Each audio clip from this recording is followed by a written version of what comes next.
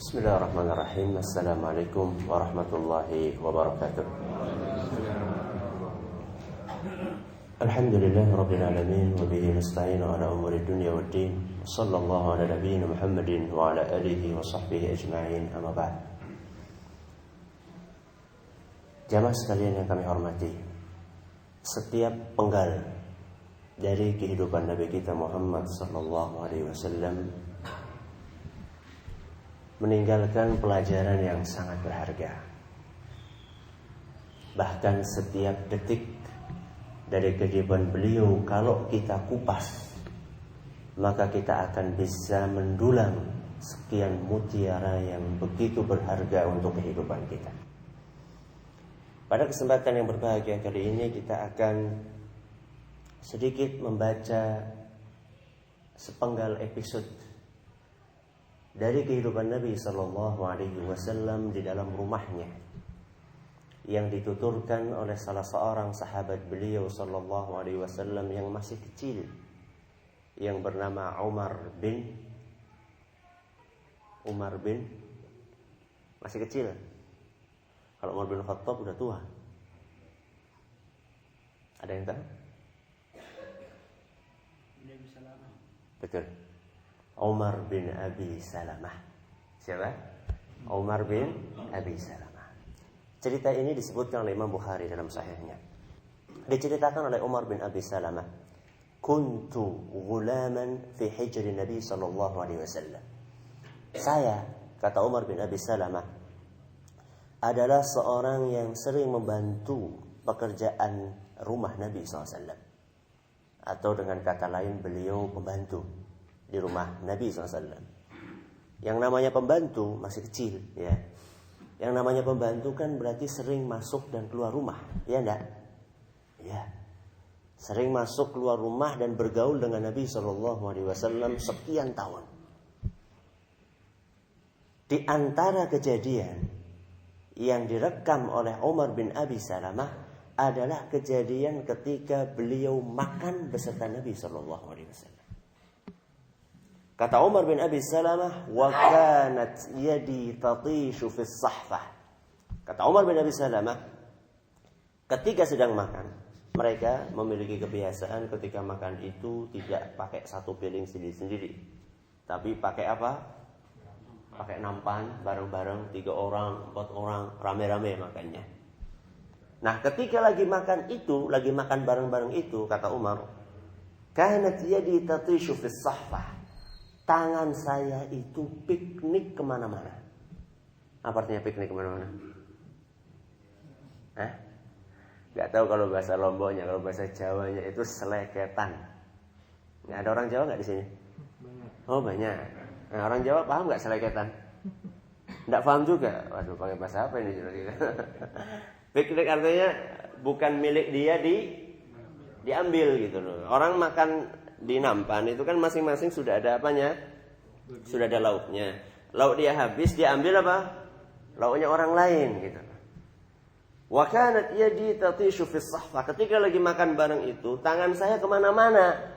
Nah, jadi punya tetangga diambil juga. Tentu ini perbuatan terpuji atau perbuatan yang tercela? Jelas tercela. Kemudian ketika Nabi Shallallahu Alaihi Wasallam melihat apa yang dilakukan oleh Umar bin Abi Salamah tadi, beliau berkata, "Ya gulam." Apa ya gulam? Kalau orang Jawa mengatakan le, itu kalau laki-laki. Kalau perempuan, ndo. Kalau bahasa Indonesia, nak. Ya gulam, nak, sammillaha. Jangan lupa baca bismillah sebelum makan. Wa kul biyaminika, dan makanlah dengan tangan kananmu. Wa kul mimma yalika, dan makanlah dari makanan yang paling dekat denganmu. Ini sepenggal kisahnya. Kita akan kupas dan kita akan ambil pelajaran dalam waktu yang insya Allah tidak terlalu lama. Kita akan ambil beberapa pelajaran. Yang pertama, Umar bin Abi Salamah melakukan sebuah kekeliruan. Iya apa enggak? Iya. Apakah Nabi menegur? Menegur enggak Nabi? menegur. Pelajaran yang pertama, kesalahan harus diluruskan. Kesalahan harus diluruskan, walaupun yang melakukannya anak kecil. Karena ada sebagian orang di zaman kita ini, ketika yang melakukan kesalahan itu anak kecil, dia mengatakan, wajar, masih kecil. Nanti juga kalau besar, tahu sendiri. Ya enggak? Ada enggak yang seperti itu? Ada. Kalau Nabi SAW tidak. Itu kesalahan.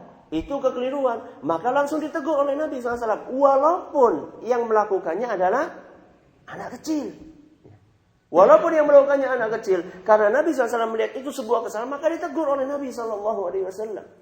Tidak seperti sebagian orang tua di zaman kita ini. Ketika melihat anaknya melakukan kesalahan, dibiarkan saja dengan alasan, nanti kan kalau sudah besar tahu sendiri. Contoh, makan dan minum pakai tangan kiri. Ketika anak makan pakai tangan kiri, dibiarkan saja. Masih kecil, masih umur 1 tahun, 2 tahun, biarin aja. Akhirnya dibiarin aja sampai tua. Masih biasa minum pakai tangan kiri. Pernah nggak ngelihat, maaf, orang yang sudah tua minum pakai tangan kiri? Sering saya ngelihat orang. Maaf, bukan berarti yang tua saja, yang muda juga gitu loh.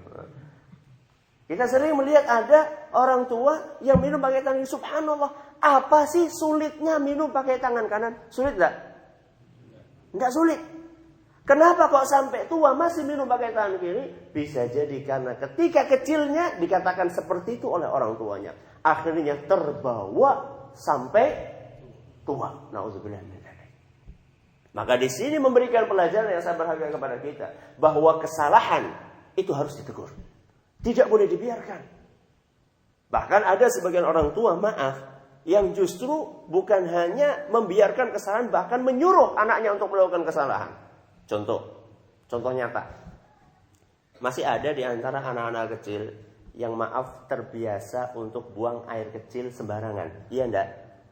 Pipis sembarangan. Iya enggak? Iya.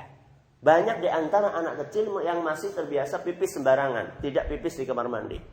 Kadang-kadang itu faktornya karena orang tuanya yang justru tidak memperhatikan. Bahkan kadang-kadang orang tuanya memotivasi si anak untuk melakukan itu. Pak, pipis. Ya udah itu, di depan itu kan ada tanaman, sekalian aja buat apa? Buat nyiram tanaman. Bukan hanya buat nyiram, buat pupuk itu kan katanya ada ureanya. Bagaimana orang tua? Bukannya menegur sebuah kesalahan, bahkan menyuruh anaknya untuk melakukan kesalahan. Ini keliru. Termasuk ketika kesalahan itu adalah dilakukan oleh orang-orang terdekat kita, anak kita, istri kita. Istri kita melakukan kesalahan, kita harus tegur. Ya ayyuhalladzina amanu qu anfusakum. Terus, wa ahlikum nara. Wahai orang-orang yang beriman, peliharalah diri kalian dan keluarga kalian dari api neraka. Sebuah kemungkaran dilakukan oleh istri kita, kita biarkan, kita akan bertanggung jawab nanti di hadapan Allah Subhanahu wa taala. Istri kita misalnya belum berjilbab, atau istri kita misalnya sholatnya masih apa? Masih bolong-bolong, bukan cuma bolong-bolong, tapi sholatnya bolong-bolong. Kalau bolong-bolong, bolongnya cuma berapa kali? 2 kali. Ini bolongnya saking banyak, akhirnya sholatnya bolong. Banyak sekali bolongnya. Bagaimana kita membiarkan istri kita seperti itu? Apa nanti pertanggungjawaban kita di sisi Allah Subhanahu wa taala? Ala wa inna kullukum ra'in wa kullukum mas'ulun an ra'iyatihi. Masing-masing dari kalian adalah penanggung jawab dan pemimpin, dan kalian akan ditanya di sisi Allah Subhanahu wa taala tentang tanggung jawab yang Allah berikan kepada kalian. Kita akan ditanya nanti di hari akhirat. Anak kita sudah sholatkah? Istri kita sudah berjilbabkah? Perilaku anak kita, tutur katanya sudah baikkah? Itu semuanya akan dipertanggungjawabkan di sisi Allah Subhanahu wa taala. Maka persiapkan dari detik ini jawaban yang akan kita sampaikan kepada Allah nanti di hari kiamat. Ini yang pertama pelajarannya. Pelajaran yang pertama adalah kesalahan harus ditegur, walaupun yang melakukan adalah anak kecil. Pelajaran yang kedua, Nabi SAW menegur, caranya enak gak? Enak gak negurnya? Enak. Mulai dari perkataan awalnya saja ya gulam.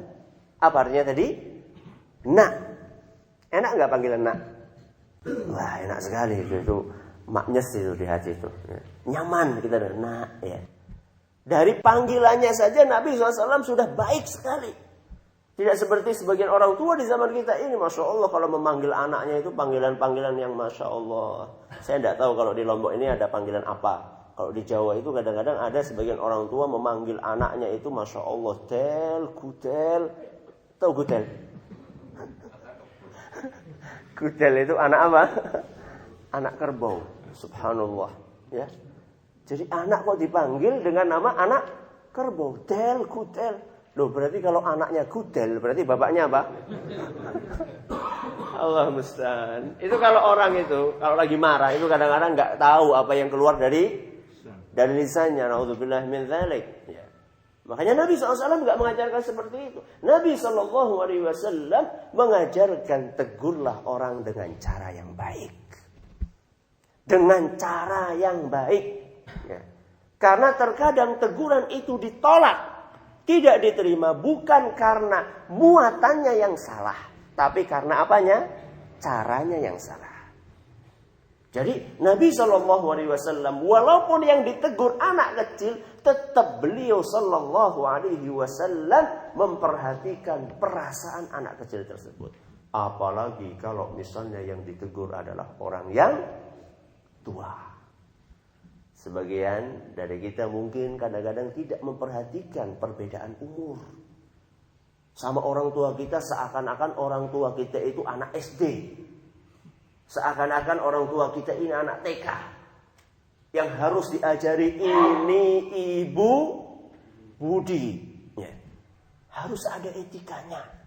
Menegur orang itu pakai etika. Khatibun nasa ala qadri uqulihim. Berbicaralah dengan orang sesuai dengan kadar akal yang dimilikinya. Anzilun nasa ala qadri manazilihim. Sikapilah orang sesuai dengan kedudukannya dia.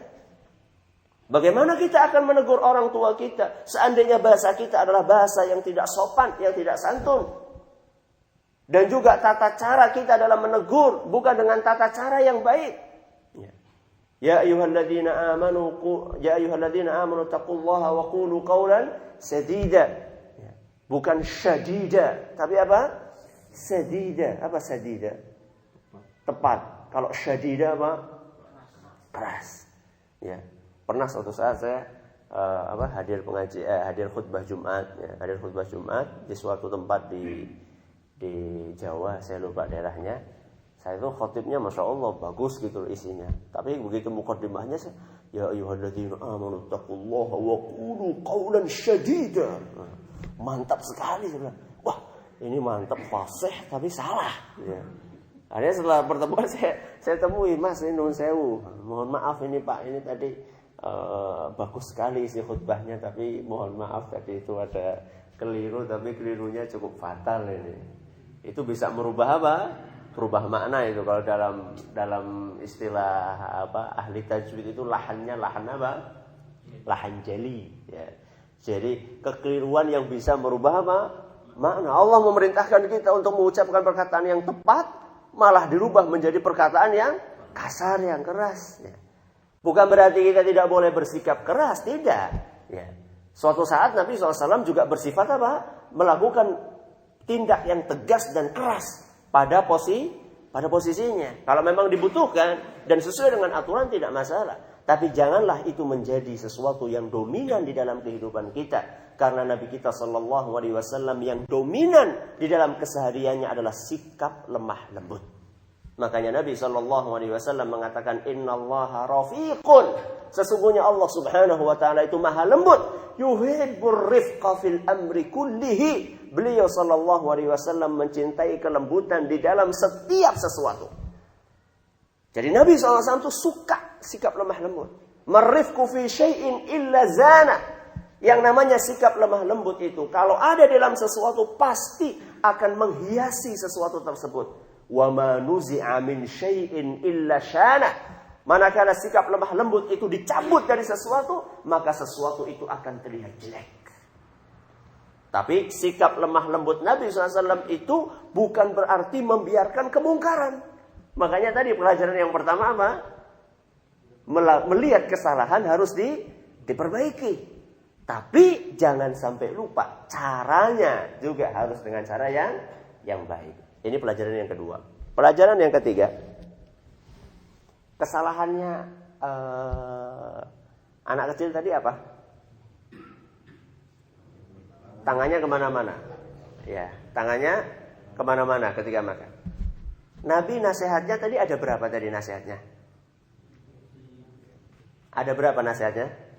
Ada 3. Yang pertama, samillah, ucapkan bismillah. Yang kedua, makanlah dengan tangan kanan. Yang ketiga, makanlah yang terdekat.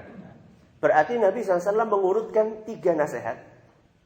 Inti kesalahannya di nasihat yang keberapa? Ketiga. Kenapa? Apa? Keliling-keliling. Gimana maksudnya keliling-keliling? Berarti kayak gini. Enggak, maksudnya kenapa? Ini kan inti kesalahannya kan di nasihat yang ketiga. Kenapa mesti Nabi SAW memulai dari nasihat yang pertama, baca bismillah jangan lupa, kemudian makan pakai tangan kanan, baru kemudian inti permasalahan. Kenapa Nabi seperti ini? Apa? Sebagai pembuka.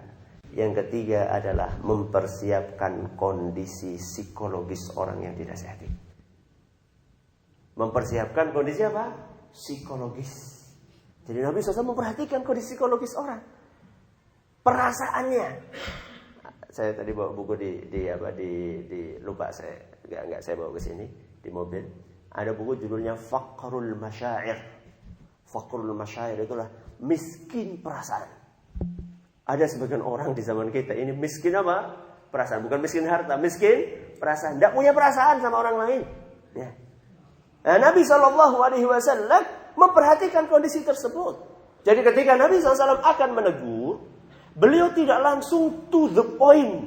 Nah, langsung tembak, tidak. Tapi Nabi SAW memperhatikan kondisi psikologis si anak kecil. Subhanallah. Bagaimana dengan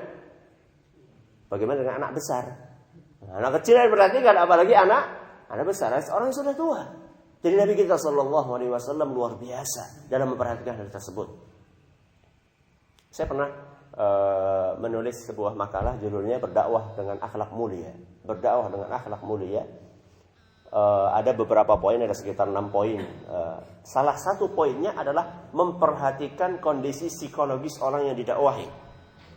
Saya bawakan saat itu kisahnya seorang pemuda yang datang kepada Nabi SAW minta izin untuk berzina.